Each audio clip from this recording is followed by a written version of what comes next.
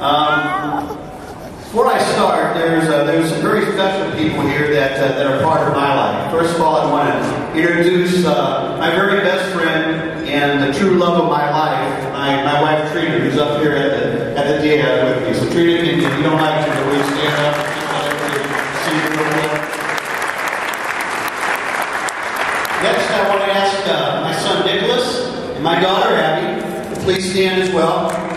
These two here.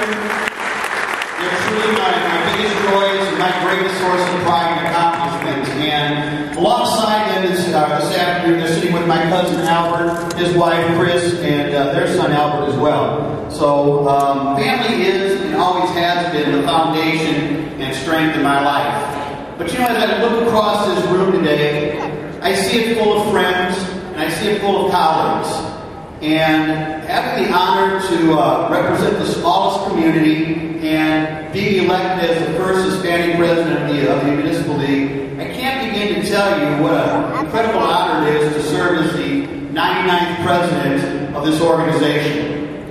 For those of you that I haven't had the privilege of meeting yet, my name is Raymond, and I'm the mayor. I'm the mayor of the village of St. Jacob. And I serve a community of 1,092 people.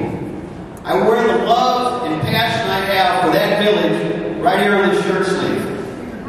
And you know, I can't resist telling anybody that's willing to listen just what it is that makes St. Jacob the most incredible place on the planet. You know, big deal, right? That makes me no different than any other person in this room. We're all alike. Each and every one of us is a local official. We've been elected. We've been elected by our neighbors to do everything in our power to make our communities a better place. We don't serve for the money or the fame. Rather, we serve because we've chosen to make a difference. We've chosen to make a difference in people's lives. But that's what makes us unique. It makes us unique, and it sets us apart as elected officials. We're mayors, and alongside of our aldermen and our trustees, I think we've become one of the final bastions of what democracy in America should be. You know, we're not professional politicians. We're citizen representatives. And I think we've become the torchbearer of the greatest liberty that we have as Americans. That inalienable right of being in control of our political destinies. As mayors, we see every day the hopes and the dreams of the people we so proudly serve. As mayors, we have to make the hard decisions, and we live within our means by balancing our budgets year in and year out. We provide the daily services that are the basis by which people judge their standard of living. And we're why people go to the polls. I think in us, they see accountability. In us, they see hard, tangible results. As mayors, we often stand alone as we're confronted with the daunting task of how to surmount this Leviathan that's American big government. Everywhere we turn, in Springfield and in Washington, D.C., we struggle. We struggle with a system that seems to have forgotten just who they represent. Now I know a lot of you are sitting out there right now, and you're thinking, sure, that sounds good, Mayor. That's a real good speech. But how do you become a voice? How do you become a voice to listen to? After all, in the eyes of that big government, those 1,092 people of the village of St. Jacob, they just don't carry a whole lot of political weight. Well, friends, I tell you what, if that's what they believe, I pity them. I pity them because they're mistaken. I've seen how mayors can change the course of the political decision process. As a singular voice, we'll get their attention and we'll draw a glance. As we start to come together, As we start to come together, they take heed and they begin to listen. But when we unite for the common good, we become a roar, a deafening roar that can't be ignored. I've seen it in action.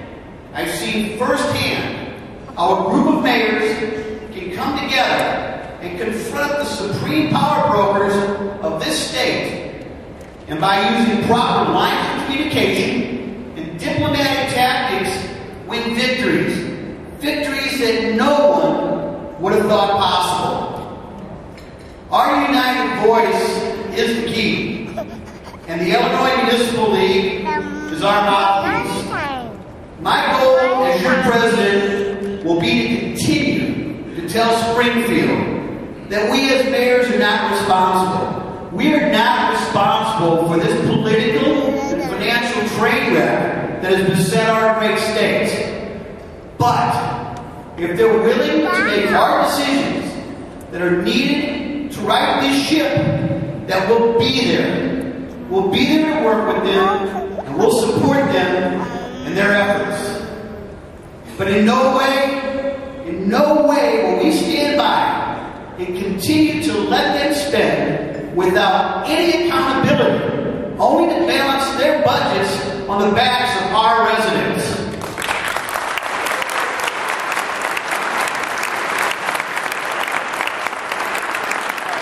We'll not stand by any longer and let them levy unfunded mandates onto our communities, thereby reducing the level of service our residents expect and deserve.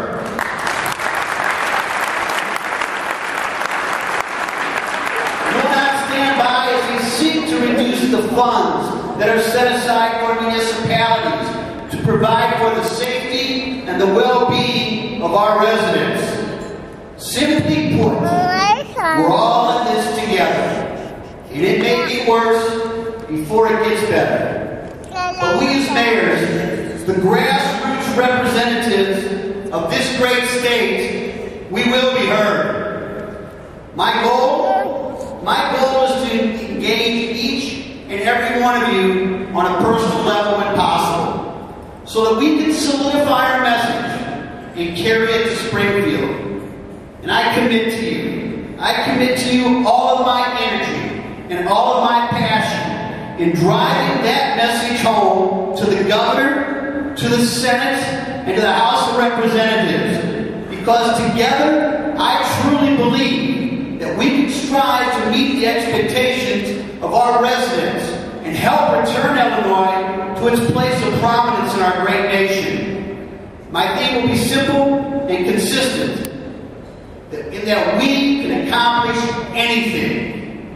Why? Because mayors get the job done. Thank you.